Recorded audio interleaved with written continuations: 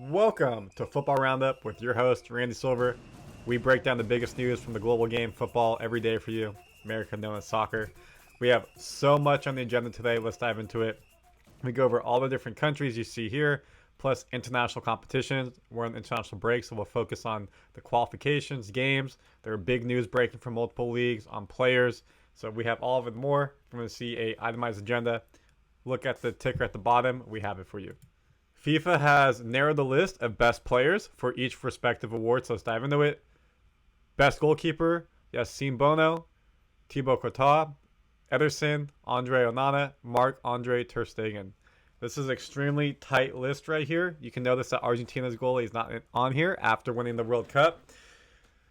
Thibaut Courtois is the winner from last season. Will he win again? Real Madrid had a good season, but not good enough. I think it's going to go to Onana or it's going to go to Ter Stegen. Ter Stegen had the complete shutout with Barcelona. They had 20-plus clean sheets. Good chance that he could win. Onana in the Italian league was helping the team get to the Champions League final where they lost. Now with Man U. Or it could be Ederson, honestly. He helped Manchester City win the treble, and he was a big part of that. Would not be surprised if either of those three win. Best FIFA coach nominee, Pep, Simone, Ange, Lucani, Xavi. This one's pretty easy. Let's go to Pep as winning the treble. You can put that in the book. Best FIFA official nominees. Here are the players right here. You can see the names. Of course, the most likely winner is Lionel Messi. Second will be Erling Haaland. Third would be Kylian Mbappe.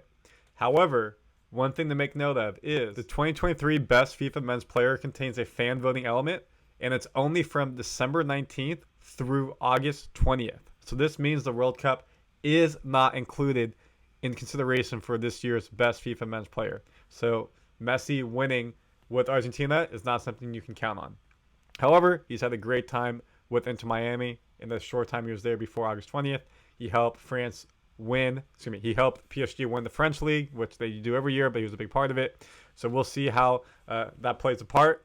If you look at who did amazing on that list, Haaland helped Manchester City get the treble, and he scored 50-plus goals, of course, of the whole season. He broke the EPL record for most goals in the season. He very well could win because of that. So we will see how this comes out. You probably think it goes to Messi just because Haaland will have so many years left to win it, and Messi is the GOAT.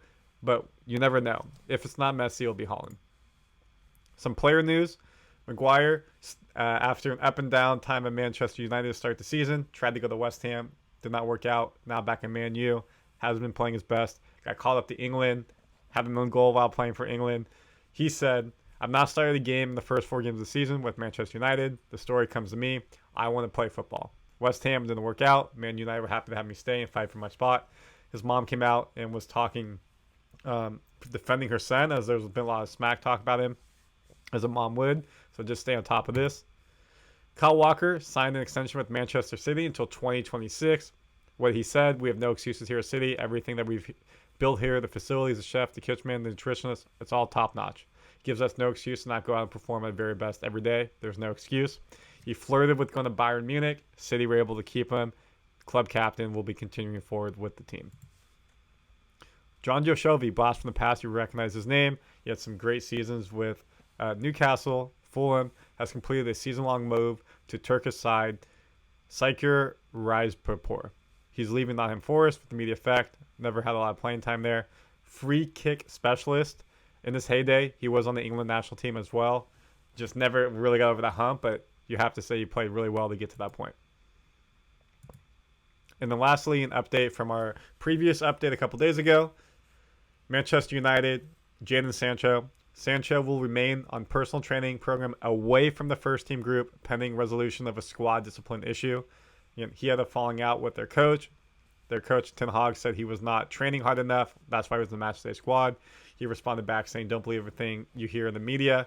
So they're trying to figure this out. We'll see if he ends up staying here or if he gets transferred. You can still get transferred right now to the Middle East. Will he go there? He's so young, so talented. He came from Borussia Dortmund with a high price tag, close to £100 million. And it's just not worked out. Some disturbing news here. Real Madrid youth players arrested over private WhatsApp video. Spanish police arrested 3 Real Madrid youth players Thursday for allegedly distributing a sexual video featuring a minor at a time of heightened tension and sexist behavior in Spanish soccer.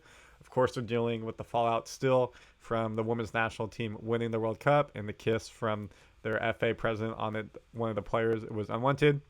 The 3 players are not minors. They were released and they gave up their cell phones, which has the video. Real Madrid said they're complying with all that's going on and they're aware of the situation. The minor's mom said that it was a consensual act that they were doing. However, the woman did not know that she was getting videotaped, and that's when she found out. She was not happy about it, and then she went to police and made them aware. This, of course, as we talked about, comes aware after Rubiales kissed the Hermoso, the Spanish player, and they were not happy about that. Nobody was happy about that around the world. A lot of pressure to get him to resign, and he's facing potential legal action as well. So we'll keep you updated with this. Real Madrid youth players arrested over private WhatsApp video of some inappropriate actions with a minor. We can move on to the Euros. So the Euros happened this week. International break happened this week. So there's still qualification going on. Let's dive into the games. They're still in the middle of it, so there's more games to happen. When we look at the games, let's zoom in for you. Some big scores. Croatia beat Armenia 1-0. Big win for Wales over Latvia 2-0. Portugal with a 9-0 win over Luxembourg, and this was without Ronaldo. We're going to dive in this game for you. Slovakia 3-0 win over Liechtenstein. Belgium with a big win 5-0 over Estonia. Israel over Belarus 1-0. Italy with a big win on Ukraine after Ukraine tied England. Italy gets a 2-1 win. Romania 2-0 win. Norway 2-1 win over Georgia. Spain with a 6-0 win over Cyprus. Austria 3-1 win over Sweden. And Switzerland with a 3-0 win over Andorra. If we look at the table now for an update for you, Scotland with 15 points, Spain with 9. Top 2 qualify into the Euros, and then third can go into a tiebreak type of qualification stage. Norway is hoping to make that happen, or can they overtake Spain? France comfortable in first. Netherlands and Greece neck and neck. England comfortable in first with 3 teams, North Macedonia, Ukraine, and Italy with 7 points. This is to come down to the final games here. Croatia and Turkey with 10 in good place. Armenia and Wales with 7. Can they fight back and overcome? Albania with 10 points and Czech Republic with 8. And Moldova with 8, so they're both tied for second. Could go anywhere. Belgium, Austria looking pretty good here in their group. Hungary, Serbia tied for first with 10. And Montenegro with 8. Slovenia, Denmark tied with 13. Finland and Kazakhstan both with 12. This could go anybody. What a group. Stay on top of Group H. And Group I, Switzerland with 14. Romania with 12. Israel with 11. Could go any of those 3 teams. Group J, Portugal sitting pretty with 18. Slovakia with 13. Luxembourg with 10. So when we want to look at what games are coming up, let's go back to matches for you. Next international break is October 12th, October 13th, so a month from now. Here are the games setting up so you can take a look. Turkey, Croatia is going to be a big game. Spain, Scotland will be a big game. Can Spain grow their lead? Here's the Friday games. Netherlands, France will be a big game. And then you move into later in the weekend, October 14th, October 15th. We'll scroll through for you. And then a couple more games. You can see here the 16th and the 17th. So, of course, come back here and we'll keep you updated. And then they have one more cycle on the 16th and 17th and 18th and 19th, 21st. So they have, each team basically has 4 more games left. They played 8 games total. Some games to dive into. Portugal with 9-0 win. We're just going to show you high level. Nobody got a hat trick, but 1, 2, 3, 4, 5, 6 players got on the board, with 3 players getting 2 goals. Great to see. Ronaldo could not play in this game because he had a accumulation of yellow cards, so great for Portugal to come out. Ronaldo owns Luxembourg, so this could have been much worse. But you can see here the scores and the players. Bruno Fernandes with a 9.8 rating. Unreal. Played 90 minutes, 1 goal, 3 assists, hat trick of assists. Just impressive game. Can he do it for Manchester United? Spain, 6-0 win on Cyprus, as you would expect. 5 players with a goal. 1 player, Torres, with 2 goals. Good team win by Spain. You can see here that Williams had 2 assists as well. Good team win overall for Spain. Belgium had their 5-0 win. 4 players with a goal. Lukaku with 2 goals. This is great for him to get his confidence back. Great for Roma to see. Can he take that back over the Roma and help them out? Good for Lukaku. Also had an assist. And then we can move to CONMEBOL. This is qualification for the World Cup for South America. Here are the games from earlier in the week, and then the games from Tuesday. Argentina with a big win without Messi. He was rested. Beat Bolivia. Ecuador with a massive win over Uruguay. Venezuela with a big win over Paraguay. Chile, Colombia tie, and Brazil with the 1-0 win over Peru. So now they've all played their second games. What does it look like? Brazil leads the group with 6 points. By goal differential, Argentina is the second with 6 points as well. Colombia's got 4, Uruguay 3, Venezuela 3, Paraguay 1, Peru 1, Chile, Ecuador, and Bolivia both bottom of the table. 1 for Chile, Ecuador, Bolivia have 0. In this group, qualification next stage means you have to go play other teams. When you look here, the top 6 teams go on, and the 7th team goes to a qualification where you play a team from a different continent. So a lot of games here left, a long way to go. Just Bolivia, Argentina, great to see. World Cup champions, shout them out. Again, Messi was not in this game. Di Maria had 2 assists and a 9.0, just fantastic rating. Good to see here. When you don't have Messi playing, then you can put in Alvarez. Not a big drop-off at all. International friendlies. Here are the games for you to see. So Sunday, there were a couple games. Monday, there were a lot of games on the Asian side. Tuesday were most of the rest of the games, so you can see the games right here. We'll go through them. Japan had a great international break, beat Germany, and then they beat Turkey. Iran with a 4-0 win over Angola is good for their program. Ghana with a big win, 3-1 over Liberia. Germany, after firing their coach Hansi Flick, which we have a video about, check the bio or check our page. Big win over France. France played their B team, so not expected for France to win, but Germany needed that really bad.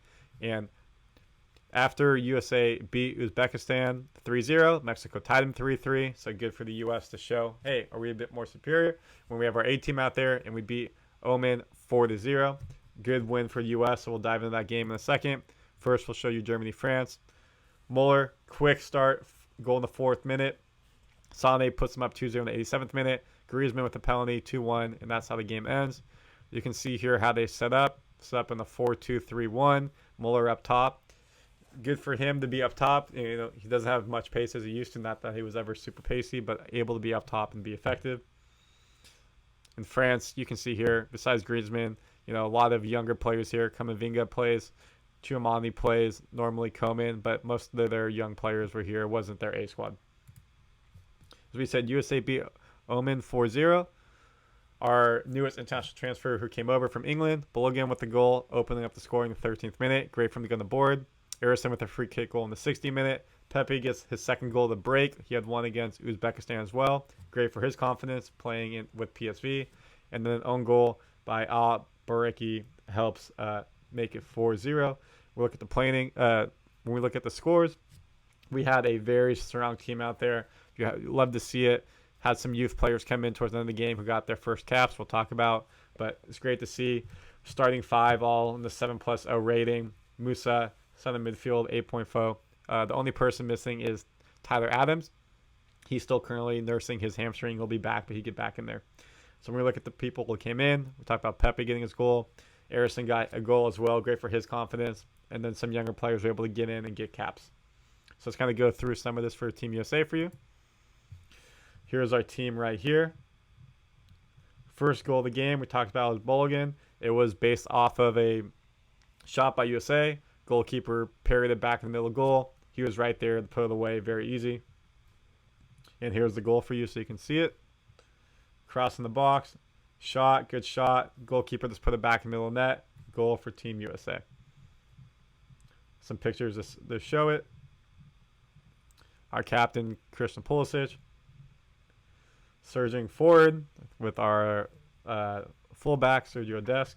Halftime, we go up 1-0. Substitutions came on. Pepe and Erison, Balogun and Pulisic.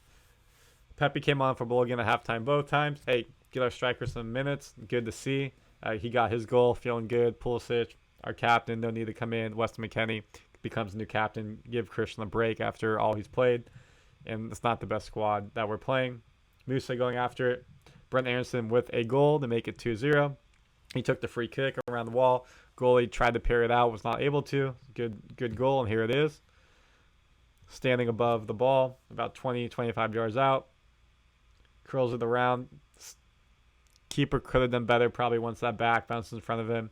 You don't care as a USA player, you get that goal, and you celebrate that. Some more substitutions came in, get some younger players some minutes right here. Then we got the third goal by Ricardo Pepi, making it 3-0. More subs came in, and we got the fourth goal again. Omen defender, making it 4-0 for us. Here's Pepe's goal. Just a great touch, and able to put it far left corner. That is a poacher's goal. That is a striker's goal. That is what you want to see from Pepe. This is fantastic. Having him and Bulligan as the 1-2 punch is fantastic. It's really going to help the team have two excellent strikers, and we have much more in the works, but these are playing really well. Harrison signing some autographs after the game. Man the match. You got your goal scorer, Forlan Bulligan, with the first goal of the game. Some transfer news for you. Marco Verratti moving from PSG to Saudi Arabia. Market value £42 million. Fee £45 million, so close to £100 million total. Has had a fantastic career playing in Europe, playing for PSG. He was in Italian league for quite a while with Pescara. Played for Italy. Has done amazing with them, helped them win the Euros. Overall, he's played a lot of minutes. Now he's getting his big payday in Saudi Arabia. What is coming back? So we have domestic leagues coming back, and we have Champions League coming back. Let's go. Just a reminder of the groups, so when they're back, here's your Group A. Man U and Bayern Munich could be your favorites. Group B, Arsenal's going to be your favorites for Sevilla. Group C, Real Madrid and Napoli could be your favorites. Group D, Benfica, Inter could be your favorites, but Real Sociedad and Salzburg can give a fight. Group E, Atletico Madrid, Lazio are going to be your favorites. Can Celtic make a push? Group F, your group of death. It could go anywhere. You'd have to think that PSG and Milan are the favorites, but really Dortmund and Newcastle can make a lot of damage. Group G, Manchester City is going to run train. And Group H, Barcelona will run train. Games are coming back when? September 19th. Next Tuesday, we have Champions League back. Let's go. Of course, come back here. You know that we'll have a full recap for all the Champions League games for you, so don't you worry. Also coming back is Europa League, so that's the second level European competition. Here's your groups again. We're going to just go through it very quickly for you so you can see all the different teams. You're going to recognize a lot of these names. These are teams who potentially didn't qualify for Champions League as they're going through Champions League qualification, or they qualify directly for Europa League through coming in, say, 4th through 8th place in their respective league, whatever it may have been.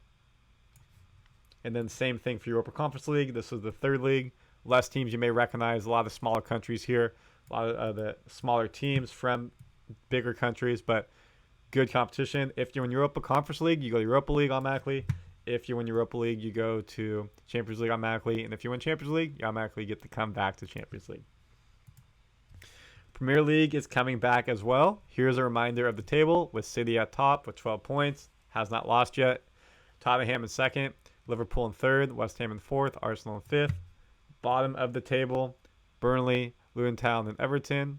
No matches on Friday. Coming back from international break, give them an extra day. Some games here to make note of. Man U, Brighton, a top 5, top 6 type of matchup is a big matchup. West Ham, Man City, two teams top of the table right now, will be really big.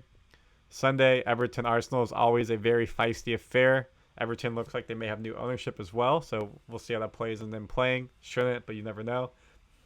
And then on Monday, Nottingham Forest versus Burnley. Two teams that could be in that relegation battle, so this is big to get points this early in the season. La Liga is back as well. Here's a friendly reminder of the table. Real Madrid have not lost the game as well. 4-0 to start the season. Granola in second. Barcelona in third. Atletico Madrid in fourth. Atletico Club in fifth. Bottom of your table right here. Sevilla have not won a game yet. Very concerning. We know they do well in Europe, but you got to be able to stay in league and perform there, so we'll see how that goes in. They just got their young boy, they just got Sergio Sevilla just got Sergio Ramos back. He's going back to his boyhood club. We'll see if he can help change the culture of that team. Here are the matches to be aware of for the weekend. On Friday, there's one game. Saturday, here are some games. The big game will be Barcelona-Real Betis on Saturday evening in Spanish time, 3 p.m. Eastern. Valencia will be a fun game. And then Sunday, here are your games. Real Madrid, Real Sociedad will be a very fun game as well. Two teams in Champions League. We'll see how they go for La Liga. And Granola ending out the week. Bundesliga, here's your table. Leverkusen's in first with 9 points, beating Munich by goal differential. Stuttgart with 6, Leipzig with 6, Berlin with 6. A lot of teams there with 6 moving down the table. They've only played 3 games so far versus 4. Here's the bottom of your table right here so you can see it. What do the games look like moving into this weekend? Leverkusen, Munich, massive game, top of the table. This could be an early decider for who has momentum moving into this next month without international break. Massive game. If Leverkusen's really a title challenger, they need to be able to get points in this game. Here are the rest of the games for you to see throughout the weekend. Here's your Seria A table. Both Milan's in pole position, 1 and 2. Inter's in first with goal differential. And you can go down and see Juventus, Lecce, Atalanta. One thing with Juventus, we talked about Paul Prago's suspension. Last football roundup, go take a look at it.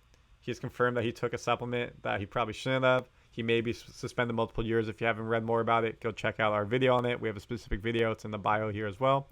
Here's the rest of the Italian table for you to see.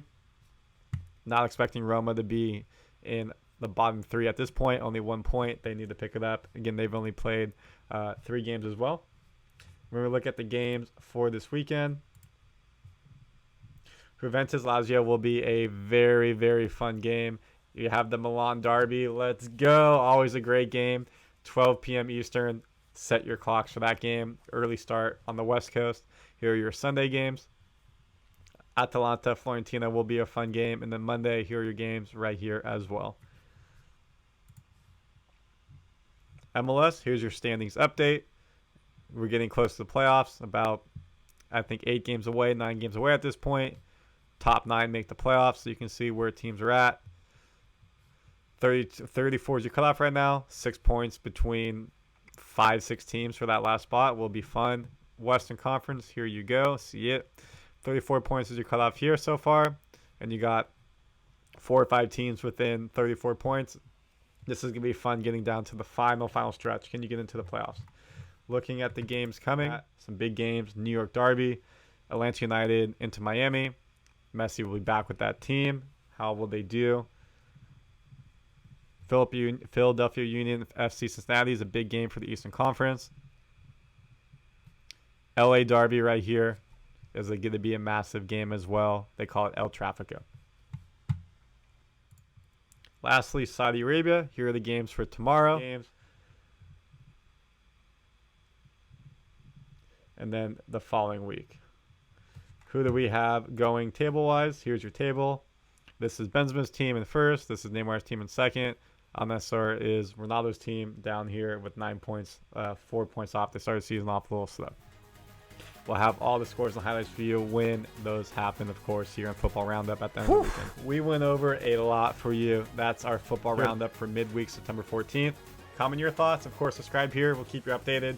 These drop on Thursday, Friday mornings for y'all. On the midweek recaps, we'll do special recaps for Champions League and Europa League. We have end of weekend recaps for you Sunday night. And then we drop special videos over big soccer news, football news, all the news for you. We also have Hoops Roundup, MMA Roundup, Gridiron Roundup. So come back here for all your stuff, all your sports needs on Randy Silver TV. Thank you so much for watching. Comment your thoughts. Let's have a fun weekend watching soccer, and we'll be back here Sunday night. Bye, y'all.